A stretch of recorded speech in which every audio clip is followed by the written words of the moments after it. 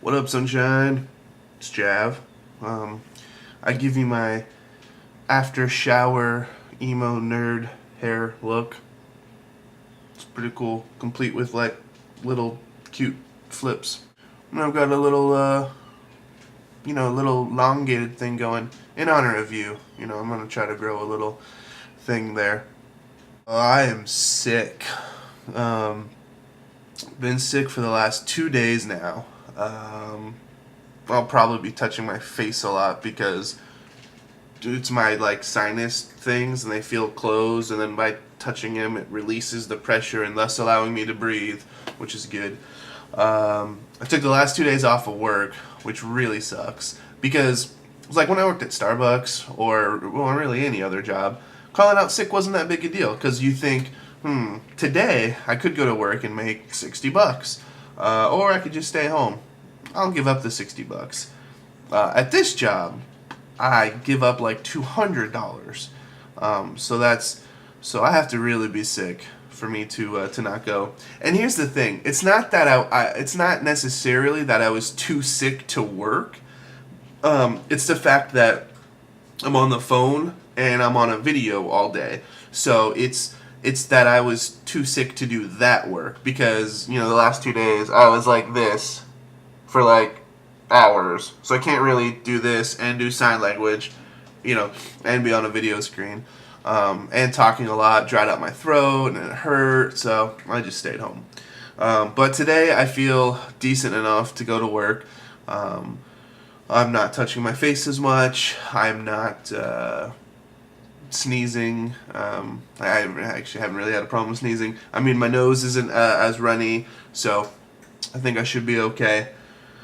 My voice is really deep, which is always the plus side for being sick. Does your voice get deeper when you're sick? Because if it is, I can't imagine you having any lower of a voice than that. I'm sorry, I have a really hard time looking into the camera. I really just want to look at myself, which is right here, but you're up here, so I'm going to look at you from now on.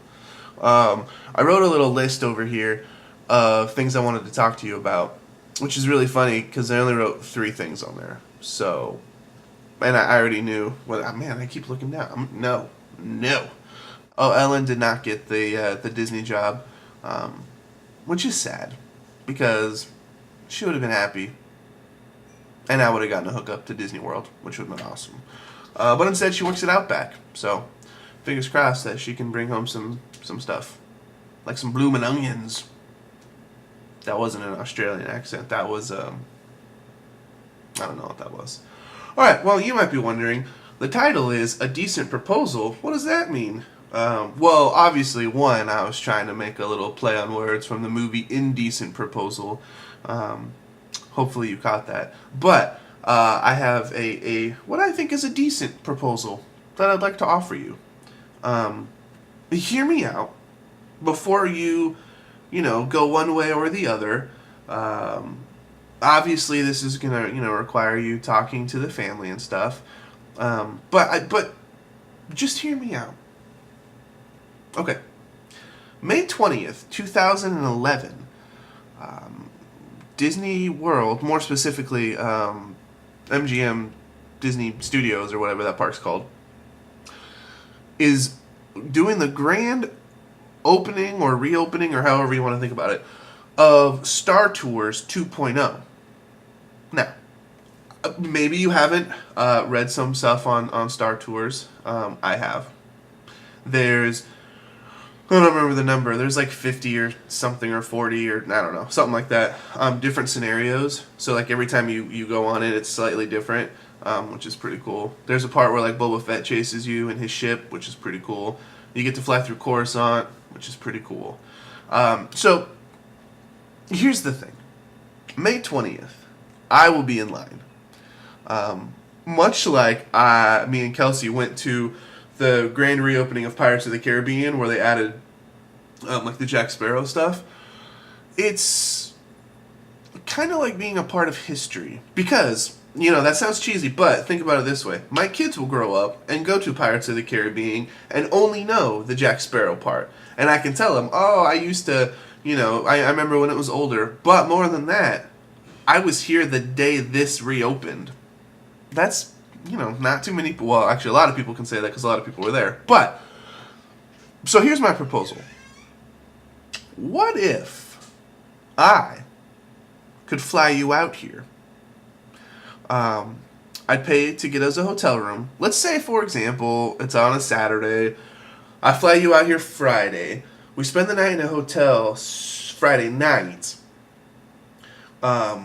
We get up really early and go wait in line, which the line could be a while, but that's the point of it, you know what I mean? So we go wait in line, and we go to Star Tours 2.0. Maybe we go on it twice. I don't know. But we go on it. We celebrate history. It's a momentous occasion. Maybe we'll buy a T-shirt to commemorate the day. We have made history.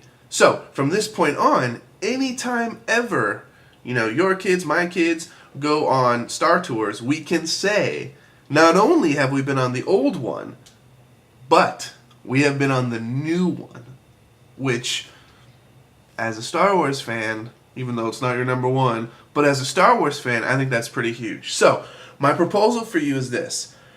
I fly you out May 19th. You stay for, the weekend. Maybe go back on Monday or something like that. So, like Friday to Monday. You stay here. I pay for your flight. I pay for your hotel for the first night. And then the rest of the time, we'll just hang out here. And you can stay in the guest room, and I'll probably stay in there with you, and we can talk all night like little girls. So, all you would have to pay for is your ticket to Disney. Now, if by some miracle I happen to have or find someone that works there by then I can get you in for free. But we can't count on that right now because right now I don't have anyone. So your ticket would be like $80.